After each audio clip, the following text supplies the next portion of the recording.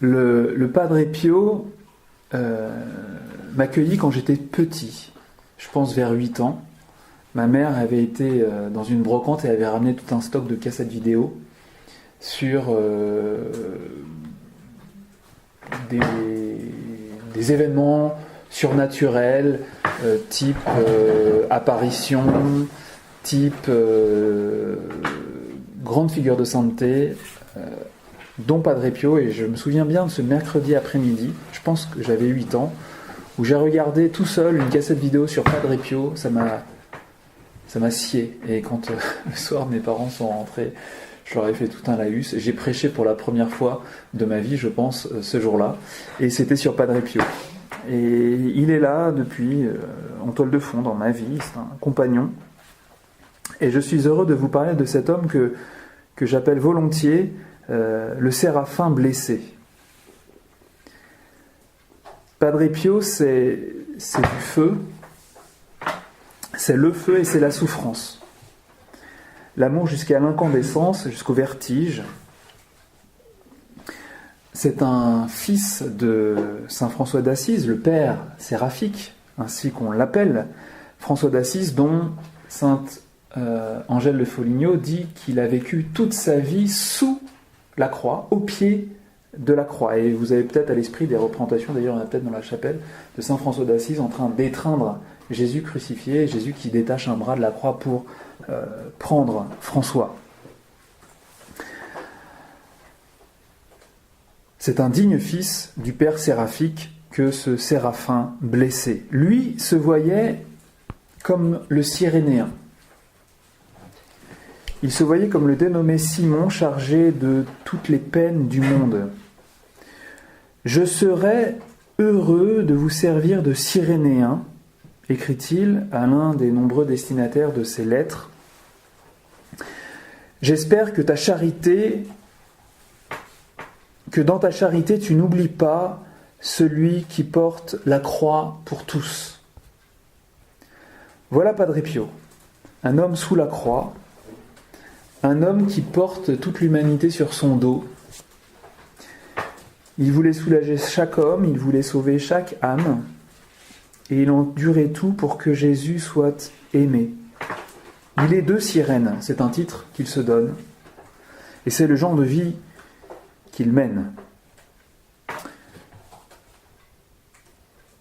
Les soldats mirent la main sur un certain Simon de Cyrène et le chargèrent de la croix pour la porter derrière Jésus. C'est dans l'évangile selon saint Luc, chapitre 23, verset 26. Et bien ce verset, c'est toute sa vie, portée. C'est sa vie, c'est sa façon d'aimer, puisque la charité supporte tout et supporte tous. Dans les deux petits exposés que je vais vous faire, j'emploierai volontiers des expressions qui, dans un premier temps, vous paraîtront un peu saugrenues, et vous verrez qu'elles ne le sont pas, puisque on les retrouve sur ses lèvres et dans ses lettres, lorsqu'il parle de lui et de son expérience spirituelle. Il emploie volontiers des images, et je reprends volontiers celle-ci. Vous avez sans doute remarqué, comme moi, qu'il y a quelque chose d'excessif dans l'amour du Christ. Excessif, non pas au sens où c'est trop, mais où c'est beaucoup. En amour, Jésus exagère toujours. Son amour pour les hommes n'est prisonnier d'aucun carcan, aucune étroitesse, il n'y a pas de limite. Et c'est ce qui le rend si grand, c'est ce qui le rend si beau, si fort à la fois, c'est ce qui fait que son amour, comme dit saint Jean, c'est la gloire, l'amour rayonnant, l'amour dans toute sa splendeur. Et ce que je trouve particulièrement fascinant, c'est que la condition humaine de Jésus, la condition humaine du Fils de Dieu, n'a pas limité l'expression de son amour. Au contraire, sa sainte humanité en est l'instrument parfait, et c'est à travers cette humanité que cet amour se fait voir. Donc, dans l'humanité du Christ qui, elle, est limitée, son amour infini qui lui est illimité s'est manifesté. On a vu l'infini de l'océan dans une poterie de glaise.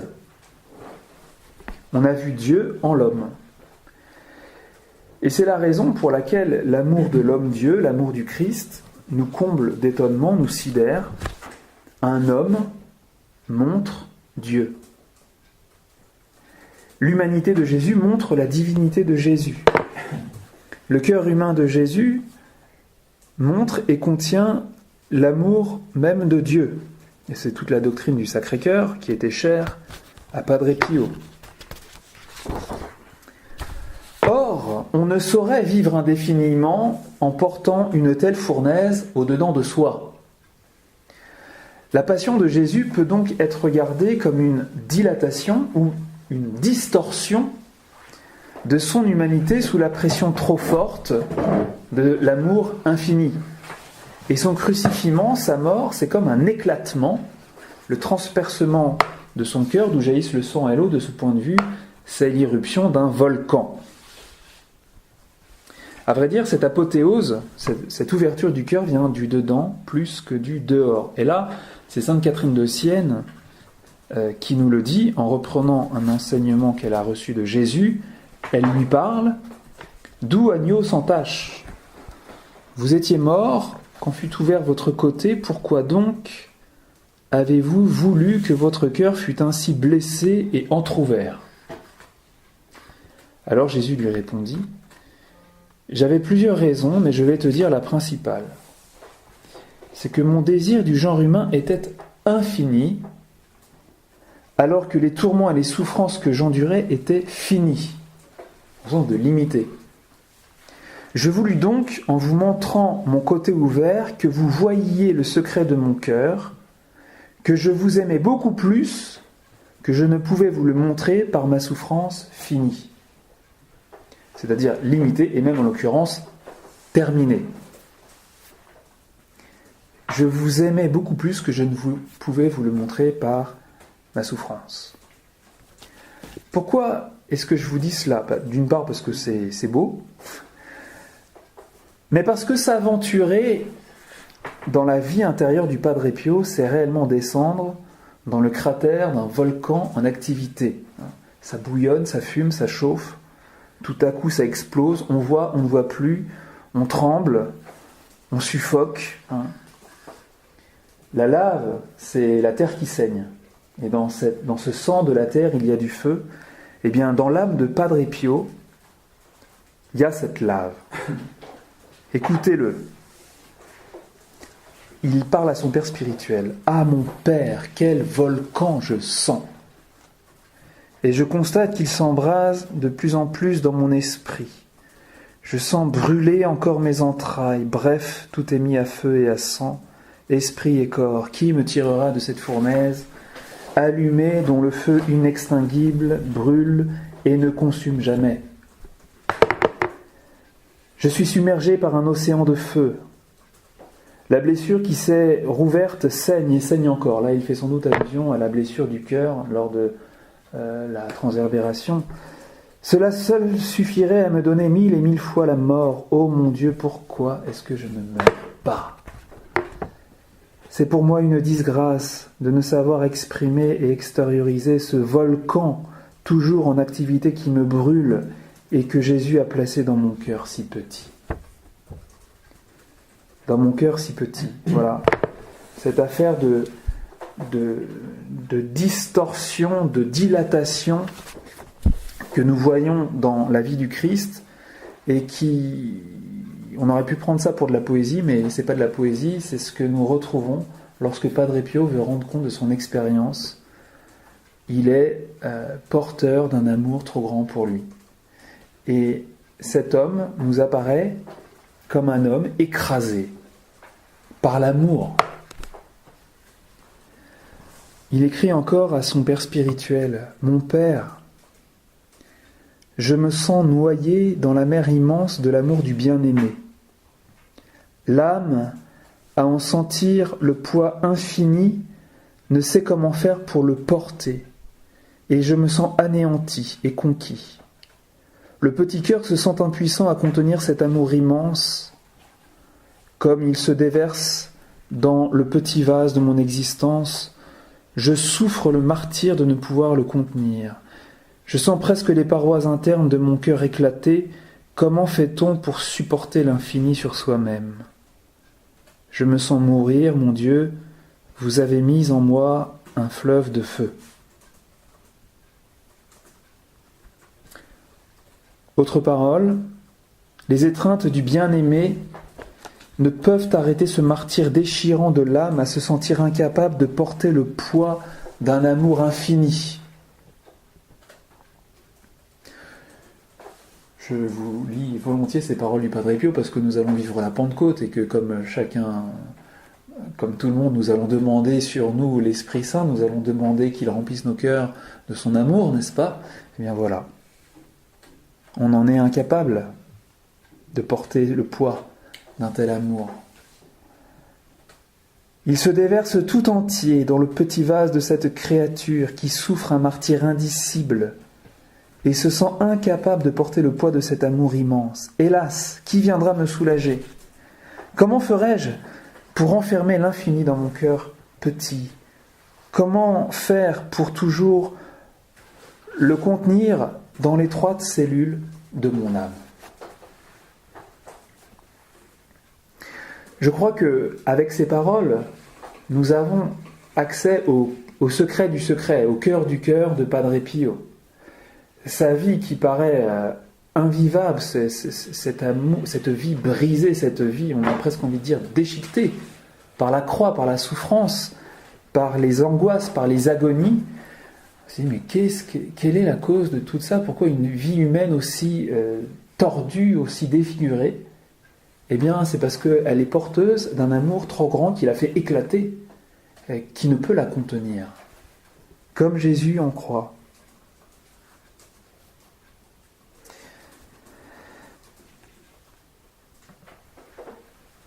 Le fait que le Padre Pio revienne plusieurs fois sur cette expérience de l'étroitesse de son cœur impuissante à contenir l'amour qui le remplit nous montre que cette affaire-là n'est pas un détail dans sa vie, mais vraiment la signature de sa vie mystique. On aura toujours tendance à réduire Padre Pio à ce thaumaturge impressionnant qu'il a été, et nous risquons de perdre de vue le fait qu'il est surtout ça, un homme qui éclate sous le poids de l'amour, un séraphin blessé, un homme qui souffre, qui expire, un séraphin qui meurt, un homme de feu qui meurt, qui n'en finit pas de mourir. Le poids qui l'écrase n'est pas tant la douleur que l'amour. Padre Pio est un prêtre écrasé par l'amour et c'est lui qui le dit. Et ceci nous fait pénétrer plus avant dans le mystère de Jésus, dont il est dit dans le catéchisme, dans la souffrance et dans la mort, son humanité est devenue l'instrument libre et parfait de son amour divin, et donc infini, qui veut le salut des hommes. L'humain instrument de l'infini, l'humain porteur de l'infini, et qui ne le peut indéfiniment. Tôt ou tard, il faut que le voile,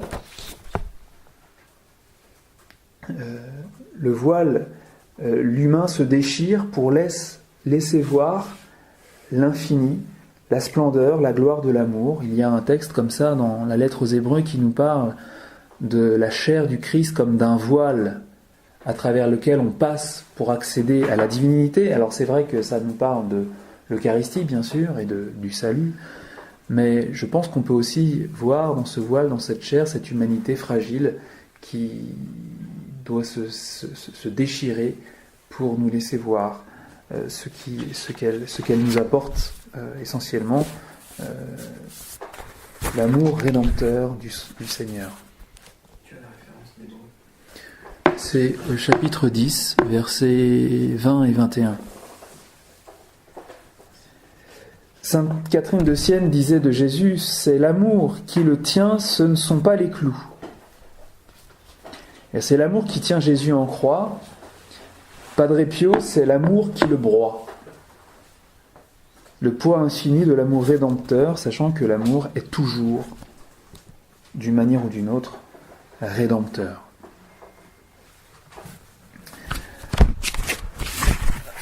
Quand on découvre Padre Pio, on se dit je ne pensais pas que c'était possible. Un tel Dieu dans un tel homme, je ne pensais pas que c'était possible. Alors j'espère arriver à restituer un peu ce que j'ai aperçu en le lisant, en l'observant.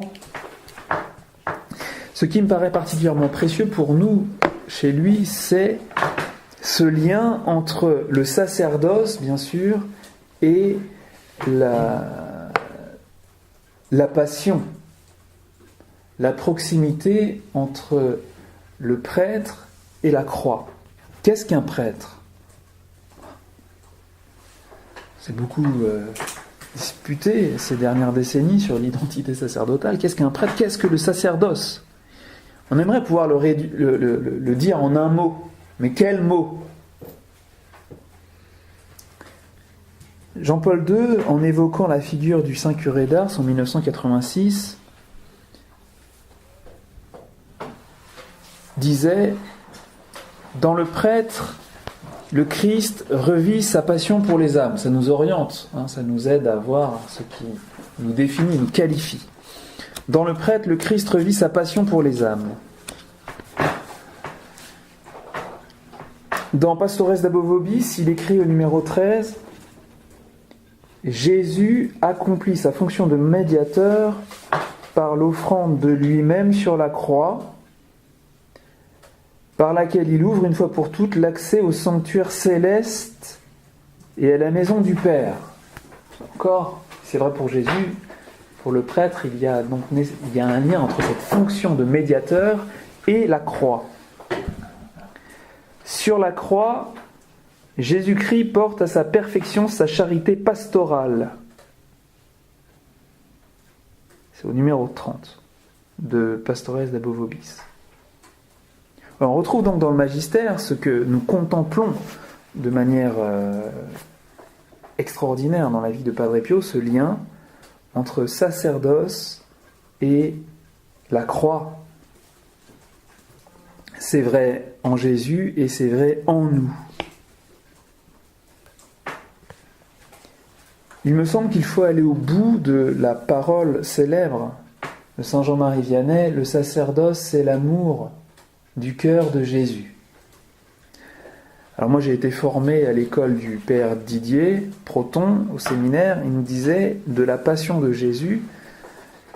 La passion, c'est pas la démonstration de l'amour de Jésus. La passion de Jésus, c'est son amour. Et je crois qu'il a raison. Et c'est pourquoi je pense que le sacerdoce, c'est la passion de Jésus, au fond. Le sacerdoce, c'est la passion de Jésus, puisque le sacerdoce, c'est l'amour du cœur de Jésus. Jésus, grand prêtre, parachève son ministère au calvaire, consummatum est. La lettre aux Hébreux dit qu'il a été porté à sa perfection par des souffrances, qu'il a appris l'obéissance par les souffrances. Alors on sait bien que la perfection dont il est question là, c'est le perfectionnement de son œuvre, et non pas le perfectionnement de qui il est. Son œuvre atteint sa perfection, son achèvement dans la croix.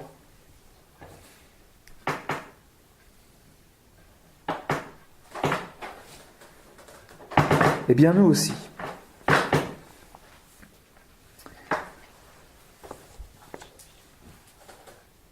Je suis un prêtre qui prie.